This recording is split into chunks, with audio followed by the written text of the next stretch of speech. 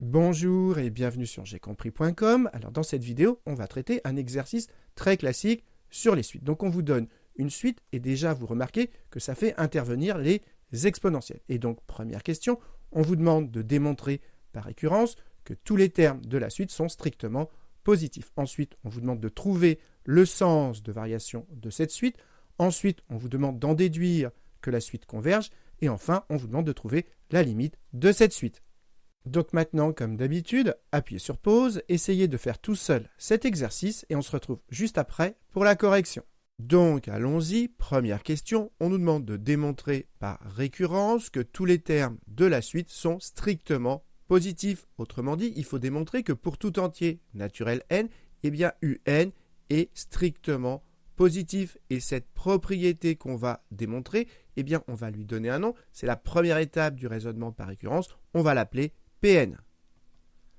Voilà, c'est ce que j'ai écrit ici. Et donc maintenant, on peut attaquer la première étape du raisonnement par récurrence, l'initialisation. Il s'agit de vérifier que cette propriété Pn, elle est vraie pour la plus petite valeur de n possible. Et comme n, c'est un entier naturel, ça commence au rang 0. Donc il faut vérifier que quand on remplace n par 0 dans Pn, eh bien c'est vrai. Donc on va le faire au brouillon. Je remplace n par 0. Et donc ça me donne P0, c'est quoi P0? C'est le fait que U0 soit strictement positif. Mais U0, on connaît sa valeur, c'est 1. Donc je remplace U0 par 1. Pour le moment, je suis au brouillon. 1, c'est bien strictement positif. Donc ceci est vrai. Et donc ça veut dire que P0 est vrai. Et donc ça veut dire que l'initialisation, elle est terminée. Il y a juste à rédiger ce qu'on vient d'expliquer au brouillon. Et donc j'écris initialisation, U0 vaut 1, donc U0 est strictement positif, et donc P0, cette propriété est bien vraie au rang 0, ce qui termine l'initialisation. Et maintenant, on peut passer à la deuxième étape, l'hérédité.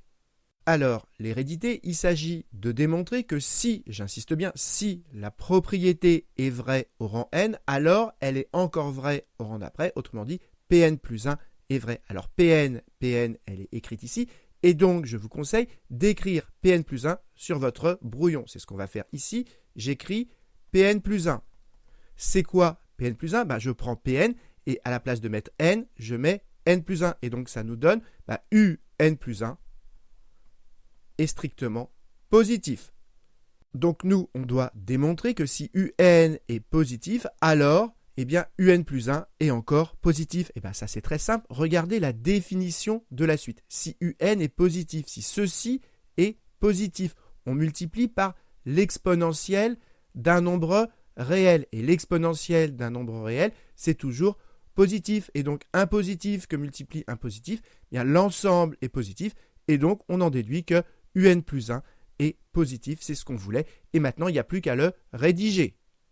Et donc j'écris soit un entier, j'insiste bien un entier n supérieur ou égal à 0. Alors pourquoi 0 ? Parce qu'on veut montrer cette propriété à partir du rang 0. Ensuite, j'annonce ce que je vais faire. J'écris supposons Pn vrai et montrons que Pn plus 1 est vrai. Donc on a supposé Pn vrai. Donc on a supposé ceci vrai. C'est ce que j'ai écrit ici. Et comme on l'a supposé vrai, j'ai mis par hypothèse. Ensuite, je rajoute que l'exponentielle d'un nombre réel, c'est toujours strictement positif. Et donc, si on multiplie deux nombres strictement positifs, eh bien, on obtient un nombre strictement positif. Et donc, ça veut dire que comme ceci, c'est Un plus 1, eh bien donc Un plus 1 est strictement positif. Et d'où on en déduit donc que Pn plus 1 est vrai, ce qui termine l'hérédité. Et faites attention, on n'a pas démontré que Pn plus 1 est vrai, on a démontré que si Pn est vrai, alors Pn plus 1 est vrai. C'est ça l'hérédité. Et là, il faut comprendre qu'on a terminé à l'initialisation, on a montré que P0 est vrai. Et ici, à l'hérédité, on vient de démontrer que cette propriété, elle est héréditaire, c'est-à-dire qu'elle se transmet d'un rang au suivant. Et donc, comme P0 est vrai, grâce à l'hérédité, eh bien la propriété, elle va se transmettre au rang d'après. Et donc, on en déduit que P1 est vrai. Et toujours pareil, grâce à l'hérédité, eh bien la propriété, elle va se transmettre au rang d'après. Et donc, P2 va être vrai, et ainsi de suite. Et donc, cette propriété, elle va être tout le temps vraie. Et maintenant, il n'y a plus qu'à faire une phrase de conclusion. Et donc, j'écris P0 est vrai et Pn est héréditaire. Donc, par récurrence, c'est le raisonnement qu'on est en train d'utiliser. Eh bien, pour tout entier n supérieur ou égal à 0, eh bien, notre propriété Pn est vrai. Et donc, on a bien démontré par récurrence notre propriété, c'est-à-dire que tous les termes de la suite sont bien strictement positifs, ce qui termine la question A. Passons à la question B. On nous demande de trouver le sens de variation de cette suite. Alors, je vous ai rappelé ici la méthode la plus classique pour trouver le sens de variation d'une suite. On commence par calculer un plus 1 moins un. Ensuite, il faut trouver le signe de un plus 1 moins un. Et pour cela, il faut penser à factoriser. Et si un plus 1 moins un est tout le temps positif, ça veut dire que la suite, elle est croissante. Et si c'est tout le temps négatif, ça veut dire que la suite est décroissante. Donc, allons-y. Alors déjà, je vais le faire au brouillon. Donc, on calcule un plus 1 moins un. Je l'écris un plus 1 moins un. Alors, un plus 1, on l'a ici. C'est ça, c'est un que multiplie exponentielle moins un. Donc ça, c'est un plus 1 et il reste moins un. Et là, on me dit qu'il faut penser à factoriser. Et regardez ici, j'ai un facteur commun. Et donc, je mets un en facteur. Et facteur de quoi? Il me reste exponentielle moins un. Et il me reste donc moins un. Et il me reste donc moins 1. Si vous n'êtes pas à l'aise, redéveloppez et vous verrez qu'on tombe bien là-dessus. Donc ici, on a un plus 1 moins un. Et comme ici, c'est un plus 1 moins un, maintenant, il faut trouver son signe. Alors un, on a démontré à la question précédente que n était tout le temps strictement positif. Maintenant, reste à trouver le signe de la parenthèse. Alors un est strictement positif. Donc moins un, moins un, c'est strictement négatif. Et l'exponentielle d'un nombre négatif, pensez à tracer la courbe de l'exponentielle. La voilà. Elle coupe l'axe des ordonnées en 1. Et donc, l'exponentielle d'un nombre négatif, ça veut dire qu'on est dans cette zone. Si on prend un nombre négatif, l'exponentielle, elle est plus petite que 1. Donc, ça veut dire que l'exponentielle, j'insiste bien, d'un nombre négatif, ceci, c'est plus petit que 1. Et si on prend un nombre plus petit que 1 et qu'on lui enlève 1, ça veut dire que le résultat, ici, il va être négatif. Et donc, la parenthèse, elle va être négative. Et une parenthèse négative que multiplie un nombre positif, plus fois moins, ça fait moins. Et donc, ça veut dire que tout ceci, c'est négatif. Autrement dit que un plus 1 moins un est négatif. Et si c'est négatif, ça veut dire que cette suite, elle est décroissante. Et maintenant, il n'y a plus qu'à le rédiger. Et donc, pour rédiger, j'ai remis exactement le calcul qu'on avait fait. Et ensuite, pour trouver le signe, je commence par rappeler que un, elle est strictement positive. Et donc, si un est strictement positif, moins un est strictement négatif. Donc, ceci est négatif. Et si vous n'avez pas compris, je le refais. Pour savoir l'exponentielle d'un nombre négatif, je trace la courbe d'exponentielle qui coupe l'axe des ordonnées en 1. Et donc, si on prend l'exponentielle d'un nombre négatif, si on prend un nombre négatif, on est dans cette zone. Et donc, l'exponentielle est plus petite que 1. C'est ce que j'ai écrit ici. Et ensuite, pour avoir exponentielle de moins un, moins 1, ici, j'ai juste à regrouper le 1 à gauche. Et donc, on en déduit que la parenthèse, elle est négative. Et donc, si on fait le produit, l'ensemble est négatif. C'est pour ça qu'on en déduit que un plus 1 moins un est négatif. Et je rajoute devant ce calcul qu'il est valable pour tout entier naturel n. Et donc, ça veut dire que ceci est tout le temps négatif. Et donc, ça veut dire que la suite, elle est tout le temps, donc elle est décroissante. Alors, la technique qu'on vient d'utiliser, calculer un plus 1 moins un, c'est la technique la plus classique. Mais quand on a une suite qui est strictement positive, j'insiste bien strictement positive, et qu'en plus on a des multiplications, dans cette situation, il y a une autre technique qui va souvent plus vite, c'est de calculer un plus 1 sur un. Donc ça, je vais le faire à la fin de la vidéo en bonus. Passons à la question C. On nous dit en déduire que la suite converge vers un réel L. Alors, quand on vous dit déduire qu'une suite converge, vous devez absolument penser au théorème de la limite monotone, qui dit que quand on a une suite croissante majorée ou décroissante minorée, dans ces deux situations, on peut en conclure que la suite est convergente. C'est exactement ce qu'on vient de faire ici. On a démontré que notre suite, elle était décroissante. Décroissante, donc a priori, on est dans cette situation. Reste à vérifier que la suite, elle est minorée. Et alors, si on vérifie qu'elle est minorée, comme elle sera décroissante minorée, on pourra en conclure qu'elle est convergente. Alors, minoré, ça veut dire quoi? Ça veut dire que UN est tout le temps supérieur ou égal à un nombre fixe, c'est-à-dire un nombre qui ne bouge pas. Eh bien, justement, on a démontré que UN est tout le temps strictement positif. Et si UN est strictement positif, eh bien, forcément, elle est supérieure ou égale à 0. 0, c'est bien un nombre fixe qui ne bouge pas. Et donc, cette suite, elle est bien minorée par 0. Et donc, cette suite, elle est décroissante et minorée par 0, donc ces deux conditions sont remplies, et donc on en déduit que cette suite, elle est convergente. Ça veut dire quoi? Ça veut dire qu'elle a une limite finie qu'on peut appeler L. Elle converge vers un réel L, et maintenant il n'y a plus qu'à rédiger ce qu'on vient d'expliquer au brouillon. Donc voilà, je vous ai tout remis au propre ici, et donc on a démontré que notre suite, elle converge vers un réel L. Mais le problème, c'est que L, on ne connaît pas sa valeur. Et bien justement, c'est l'objet de la dernière question, savoir combien vaut L. Et au passage, on peut le rajouter même si ce n'est pas demandé, la suite, elle est minorée par 0. Je le rajoute, elle est minorée par 0. Autrement dit, ça veut dire que UN est tout le temps supérieur ou égal à 0. Et si UN est tout le temps supérieur ou égal à 0, eh bien la limite aussi. Et donc on peut rajouter, même si ce n'est pas demandé, que L, la limite, est toujours supérieure ou égale à 0. Donc on ne sait pas combien vaut L, mais ce qu'on peut déjà dire, c'est que L est supérieure ou égale à 0. Passons à la dernière question. Donc nous, on a démontré que notre suite, elle tend vers L. Et donc la dernière question, eh bien, c'est de trouver la valeur de L. Combien vaut L? Eh bien pour cela, il faut déjà comprendre que notre suite qui est définie ici, cette suite, elle est du type UN plus 1 égale F de UN. Eh bien, pour le comprendre, il suffit de mettre à chaque fois qu'on a UN, à chaque fois, on va mettre X. Et donc ça nous fait X que multiplie exponentielle moins X. Et donc ici, notre fonction F dont on parle, c'est F de X égale donc X que multiplie exponentielle moins X. Et on peut vérifier qu'on ne s'est pas trompé. Pour cela, on calcule F de UN. F de UN. Donc ça veut dire que là-dedans, à la place de mettre X, je mets UN. Donc ça me donne UN que multiplie exponentielle de moins UN. Et regardez ce qu'on a obtenu ici. C'est exactement ce qu'on a là. Ici et là, c'est la même chose. Et comme ceci, c'est égal à UN plus 1, bah ça veut dire qu'ici, on a UN plus 1. Donc tout ceci, c'est égal à UN plus 1.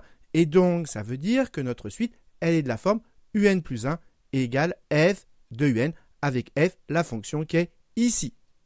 Donc maintenant qu'on a expliqué que notre suite, elle est du type UN plus 1 égale F de UN, et bien de cette égalité, on va chercher une équation que vérifie L. Et vous allez voir, à chaque fois, on va tomber sur cette équation L égale F de L. Mais il faut comprendre d'où sort cette équation.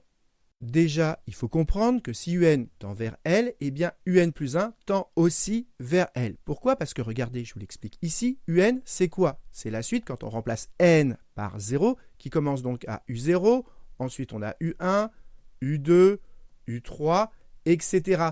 Et ces valeurs, elles tendent vers L. Et UN plus 1, c'est quoi? Eh bien, remplacer N par 0, donc ça commence à U1. Donc on a U1, U2, U3, etc.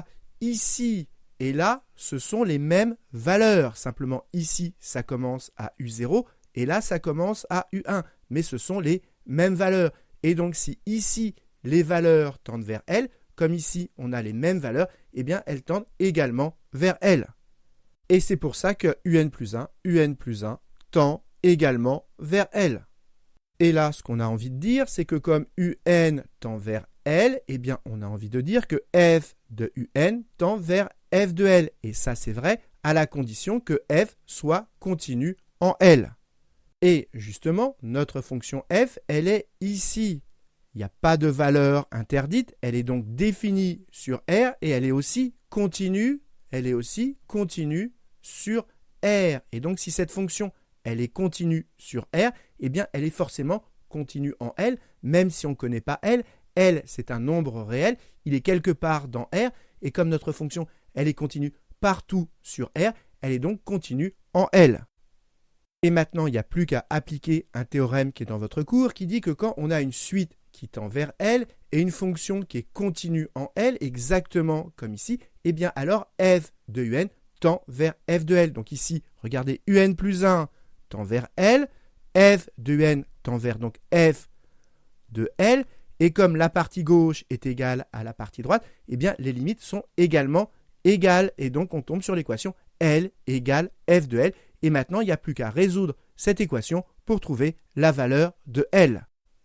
Donc on y va, L égale f de L. F de L, donc je remplace x par L, et donc ça me fait L exponentielle moins L. Et maintenant, pour résoudre une équation, je regroupe tout à gauche. Donc ça fait L moins L exponentielle moins L égale 0. Je factorise, donc je mets L en facteur. Donc ça me fait L facteur de 1 moins exponentielle moins L égale 0.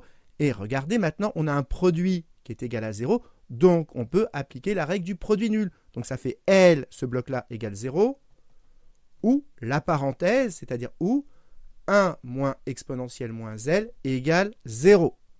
Alors, L égale 0, c'est terminé. La solution, c'est 0. Et maintenant, il n'y a plus qu'à résoudre cette équation. Donc, je vais isoler l'exponentielle. Donc, ça fait moins exponentielle moins L égale moins 1. Je multiplie par moins 1 des deux côtés. Donc, ça fait exponentielle moins L égale 1, et vous savez qu'à la place de 1, eh bien, je peux mettre exponentielle. 1, c'est exponentielle 0. Et quand vous avez deux exponentielles qui sont égales, ça veut dire que les exposants sont égaux. Donc, ça fait moins L égale 0. Autrement dit, ça fait encore L égale 0. Et pour être sûr que tout le monde ait compris, je me permets d'insister, quand on résout cette équation, on trouve deux solutions, mais à chaque fois, c'est la même. À chaque fois, c'est 0. Donc, au final, il n'y a qu'une seule solution. L vaut 0. Donc, si on récapitule, c'est important de bien comprendre parce que ce raisonnement, on le retrouve dans de très nombreux exercices. Donc, notre suite, première chose à comprendre, elle est du type un plus 1 égale f de un. Ensuite, on fait tendre n vers plus l'infini. Et donc, un plus 1 tend vers L. Et ensuite, comme f est continu en L, eh bien, f de un tend vers f de L. Et du coup, on débouche sur cette équation. Et ensuite, il n'y a plus qu'à résoudre cette équation. Et on trouve finalement qu'une seule solution. On trouve que 0. Et comme L est solution de cette équation, et qu'il n'y a qu'une seule solution qui est 0, eh bien, ça veut dire tout simplement que L vaut 0. Et donc, ça veut dire que la limite de cette suite, c'est 0. Et maintenant, il n'y a plus qu'à le rédiger au propre.